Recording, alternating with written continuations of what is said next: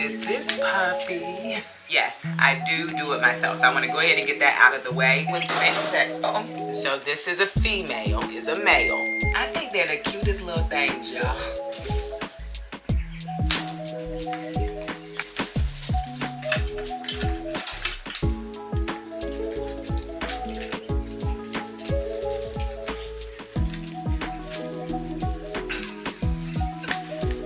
Good morning, welcome to Yellow Door Urban Homestead. I am Asia and I'm an urban gardener growing in a small space out in my backyard. Oh my God. This is Puppy. A few people have asked to meet her. This is her. She thinks she's a puppy, but she is a big old dog, y'all. Hey, can you go? She's a pit bull lab mix. And girl, she big, but she thinks she a baby. I don't know how much she weigh. All right, go ahead. Go. Okay, so I'm sure you all see the quail in the background. And so yes, they actually live downstairs, but the lighting is better in my living room. So we are going to talk about quail today. So, all right, let's get into it. My quail story. I live in an urban setting, and so I wanted a meat source. My quail are used for meat. Someone asked in the comments of, I think, my last video, if they said butcher, I say cull. If I do it myself. Yes, I do it myself. So I want to go ahead and get that out of the way. I do have one video. I will link it in the description. I'll put the card up here. I will probably never make another video of that unless I learn something new. It is an informational video, and so that is literally the only reason why I made that video. Because people wanted to know how to do it, if it was easy, you know, that kind of stuff. And the process itself, yes, it is easy. Getting yourself together to do it, not as easy, but it can be done. And yes, I do it myself. But let's talk about how I got into quail in the first place. As I was saying, I live in an urban setting, and so there are ordinances that tell you what you can and cannot have in your locality. I wanted a meat source. So I am able to have chickens in my locality. However, I can only have 6 of them.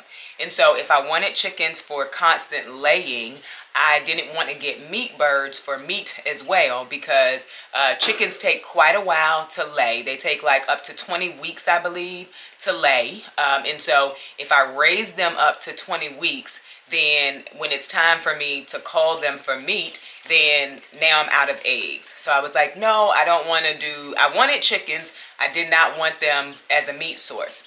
So I looked into rabbits. At the time, I now know that there are much easier ways to call rabbits. At the time, I was finding information that essentially said rabbits scream when you call them. And I was like, I could not possibly call an animal that was screaming. And so rabbits went out the door. They're back on the table now, because I know that there are humane ways where the rabbit does not know what is happening to call a rabbit. But in my search for a meat option, I came across quail. And yes, they are a small bird. And people do ask, like, does it feed you? Does it fill you up? The answer is yes. So we can eat 2 with sides, and we can be filled up. My daughter does not eat them. My son and I will eat quail. My daughter will not eat them. So they were a small bird. I looked through our ordinance. There wasn't anything that said I could not have them. And so I said, okay, we're going to give quail a try. And so once I made the decision to go ahead and do quail, I originally started looking for eggs. I went to the store and I purchased the incubator. I used the Nurture Right 360. And so you can incubate chicken eggs in the Nurture Right, or you can incubate quail eggs. I would imagine you can incubate duck eggs. I've never done it, but it's a really good incubator in my opinion. I did watch a few videos where people said the temperature is off by a point or so. So when you're hatching eggs, I do mine at 99.5 to 100.5 because I watched the video that said that the temperature is sometimes off. I don't have a separate humidity or temperature control thing. I'm not really sure what they're called, but I've seen it on other videos. And so I sometimes just do it at 100.5 to see if it'll change my hatch rate. This time I'm at 100.5, which maybe if it's off is at 99.5. That's the temperature. The humidity for hatching them out is around 45 to 55. 50 is the sweet spot. And there's a dial on the front of the incubator that allows you to move it back and forth. And that's where I control my humidity. When I originally started hatching out quail eggs, I was thinking I just need to keep adding water. And my humidity fluctuated so much. I now know that including water, if I'm doing the wet hatch method, which I am, I now know that I need to play with the dial first and then decide whether I need to add water. So I'm growing and learning in that way. And so that's the incubator. That's the incubator process. So I have been putting my quail eggs on 21 days, which is normally the chicken egg time frame. And that's the time frame that directions give you because it's a chicken egg hatcher. I think that is what it is made for, but it can hatch all kinds of eggs. So what I have noticed though in all my hatchings is that my quail normally start hatching at day 18. And so this time I put it on day 18. Why is that important? Because when you are 3 days before their hatching time, you put them into what's called lockdown. And so originally when you put the eggs in, it has a turner. And so every so often it will turn and move the eggs for you. When you put them in lockdown, it stops turning. And this is when it is time for them to, start hatching. You do that 3 days before. And so my point in doing it at 18 is because I have noticed that they start to hatch at 18 days. I am thinking if I put them in lockdown earlier, it may increase my hatch rate. And so that's why I'm doing that. So we will see if that helps. As always, I'm going to tell you all when they start hatching, how many hatched. Also, a company offered me a pretty nice brooder. I'm waiting to hear back from them. Where I currently and have always brooded my quail in a tote, just a regular like Rubbermaid tote. I was using pine shavings, but I'm now using leaves and cardboard. And I've really found that is way cleaner, easier to clean. I'm not seeing what they call, I'm not really sure of the technical term, but basically poop gets stuck to their feet, and then you have to like let them sit in water. You have to have something small enough where they can't get out, and then let them sit in water to clean their feet. I don't enjoy that part, but it does happen. And I'm really not noticing that this time with them. And I have all the leaves I could ever need in my life out in my front yard. And so what I'm doing, this is new this year into this hatching, and it has worked amazingly. And so what I'm doing is I will go outside, take a cardboard box with me, and get some leaves from outside, and then I just keep adding leaves to their crate. So they are in a new crate. They had been in the tote they started hatching, I want to say November the 9th. I just moved them last week, and so they are fully feathered. Quail are very cold tolerant once they are fully feathered. So before I moved them over here, they were in the tote, and I had a heater plate on them, and I had it on the brood setting. And so we hatched out 9 this time. We still have 8 left. I feel like I am out of the woods on these this time. I'm very excited. For me, that's a very good survival rate. I normally lose a lot of the time half. And the difference this hatching was I left them in the incubator for 48 hours, right? I put some food in there with them after 24 hours, I think, and then I left them for another day, and that allowed them to dry out. I very much believe that is the reason why I did not lose a whole bunch of these quail this time. And I'm very excited about that. So, what type of quail am I growing? I am growing Egyptian Coturnix.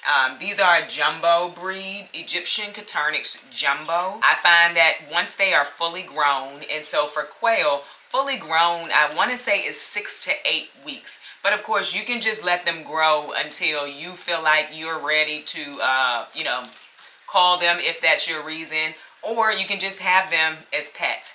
very quiet. The roosters roos. The roos do crow, but it's not very loud. These are not old enough, so I don't think that you'll hear it. If I can find another video where you can hear them crow, rooster, I don't know the word, where you can hear them make the word.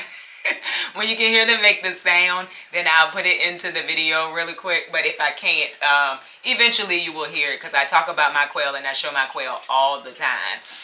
Okay, so I'm raising Egyptian Caturnix quail. Originally, when I first wanted to get into quail, I went on to Facebook Marketplace and I found someone in my area who raised quail. She had hatching eggs. I got a dozen. I cannot remember how many hatched out. Yeah, I can't remember. But originally, I only was able to keep 3 of those. And I don't know if that's only because 3 hatched. I can't remember. But I was only able to keep 3. Right when it was time for them to start laying again, my male got out. And I was like, oh, just great. And so the male got out, so which meant I wasn't going to get any fertilized eggs to continue to hatch. So I ended up calling the female. Then I started looking again. Not my finest moment, but I did get scammed. So I'm putting that out there for you all. Vulnerable moment. Online, there are people scam anything. That's crazy. You're scamming people for quail and quail eggs. So I was on Facebook Marketplace, a site that I was always on. It was a private group. And so I was like, I've never had an issue with this, because I even got button quails mistakenly from someone in my area. I wasn't paying attention. They were my daughter's pets for a while. So I never had a problem before. And I sent money, and then the person dropped off the face of the earth.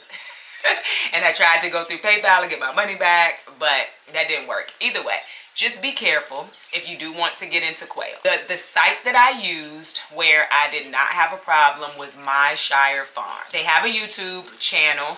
They also have an Instagram. Not sure how active they are over there, but I will put the YouTube channel down in the description in case you're interested in getting into quail. The eggs came quick. They were packaged very well. I didn't have anything that was broken, and I had a really good hatch rate that time.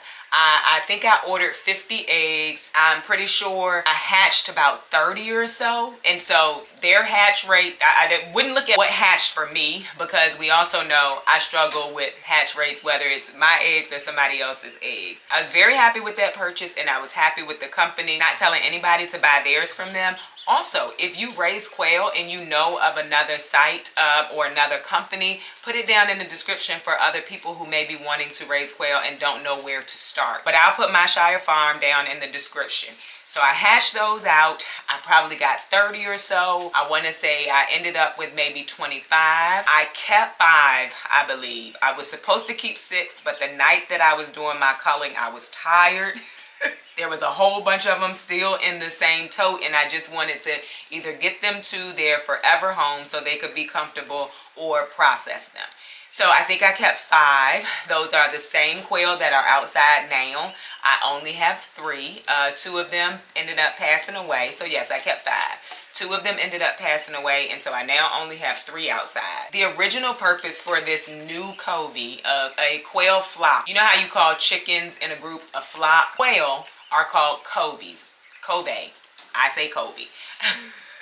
And so this covey was originally hatched from the eggs on my homestead. And they were supposed to be to replace the covey outside. But I've just been thinking, and I can have more than one covey if I keep some coveys inside, and then I can allow the covey outside to just continue to lay, and I can use their eggs for hatching. And then when these start to lay, I can do the exact same thing. And so my plan right now is to keep them in here. This is why I got this new crate. I got this from the Goodwill. I'm still looking for more because I want maybe 2 more. I think I said that in my last video. I want maybe 2 more. And then that way I can basically have 4 coveys all laying. I would have enough eggs for fresh eating because I do prefer quail eggs over chicken eggs. But now that I'm trying to really start to hatch, I'm not really eating the quail eggs because I want to have enough eggs to start the next hatching up. So that's what we're doing there. My quail are feather sexable. And what that means is I can look at the chest of my quail and I will know whether it's a male or female. All quail are not feather sexable. And so you will want to look at that unless you're okay with vent sexing. I am not. So the private parts of a bird is called a vent. It's also the same place where they lay their eggs for the female. So I'm not okay with vent sex. So we'll get to why the cage is low. Right there, what you just saw is why the cage is low. But let's get back to what I was saying. So feather sexable is an option where you can tell from their chest if they're a male or a female. If you do not get a feather sexable breed, then you will have to, you know, if you care, you'll have to sex them by looking at their vent. So quickly want to get to what you just saw. Quails scare easily. So I know you can tell I am a bit more calmer than I normally am when I make a video. Not because I'm not excited to talk to you all about it, but because quail scare easily. And so you either want a low cage, like I have, or you want something with a very high ceiling. Because when they scare and when they jump like that, they can hurt themselves. If you have a home for them where they can actually get traction when they're in flight, then they can hit the top of it if it's not low enough or if it's not high enough, and they can hurt themselves. And so I'm opting, of course, for the lower option because I don't have an area to basically do an aviary for them. I just don't have it. So I'm opting for a lower area. And quail don't mind being in small places. As a matter of fact, they like to have a space to hide. I don't really have the ability to do that in this crate, but I am thinking of a way to like hang things across the crate for them. They do not really roost. They like to be on the ground, and so having a roost is not necessary for quail. Chickens do like to have roost. So that is not necessary for a quail. But as I was mentioning, you want to make sure you have a home that is compatible for the way that they live. And that's another reason why I decided to use leaves too, because before they start to poop and before it starts to kind of settle in, it's, you know, fluffy for them. And so they really love to just kind of sit in here in those leaves. So like today, I'll go get some leaves. I put more leaves in. I did put leaves in yesterday.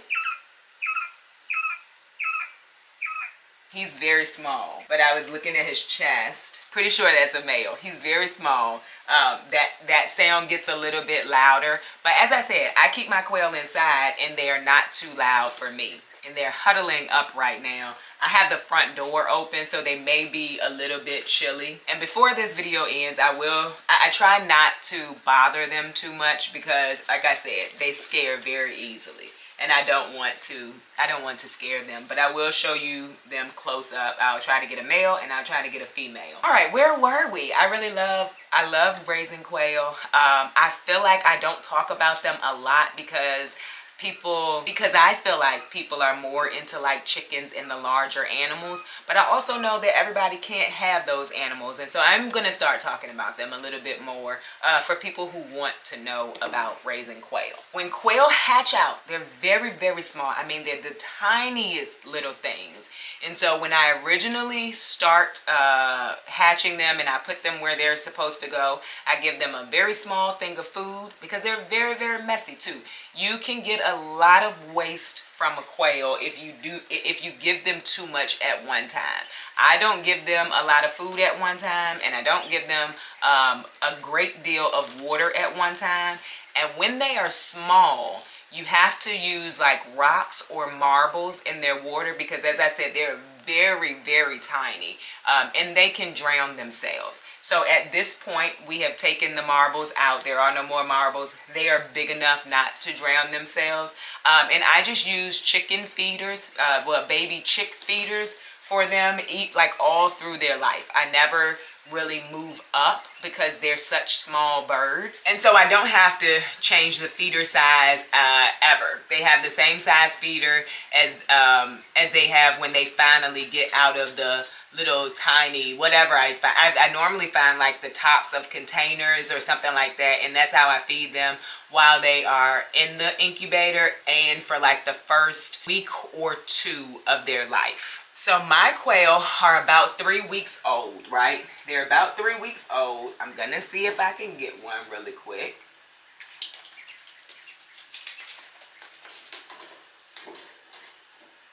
So this, I can already tell, is a male. He has a very tan, no puppy, get back. He has a tan chest, and so that's how I know that he's a male.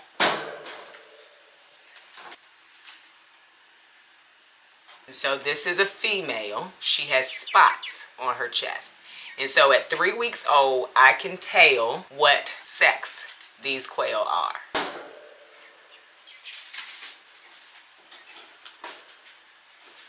I'm going to wash my hands. I'll be right back. Okay, I am back. Okay, so they're 3 weeks old. I got a little loud there, didn't I? So they're 3 weeks old, and I'm able to sex them out. And for me, I like to keep 1 male to 4 female. So if I'm lucky, I'll end up with 1 male and 3 female. I'm probably not going to be that lucky. And then I can have 2 covies. I will be down 1 because like I said, I like to do 4 to 1. I actually wouldn't mind doing 5 to 1. That's what I want to do. I have not done that before because, as I said, what was that? I have my front door open and I saw something go really fast down the street. It was a plastic bag. Anyway, that's what I would like to do. But as I said, when I kept the quail from my first covey, I was very tired, and so I ended up keeping 4 female to 1 male, which gave me a good amount of eggs for a good little while. But I would like to do 5 female to 1 male. And they don't mind being in a small space either. They like to kind of cuddle up with each other. You can see that. But right now, I feel like they may be a little bit chilly. But not chilly to the point that they're uncomfortable, because as I said, they are a very cold hardy breed. My quail outside are outside with no additional protection, and we are in the low 20s. So that's what I would like to have. That's the size covies I would like to have in each cage. So we'll see how that goes.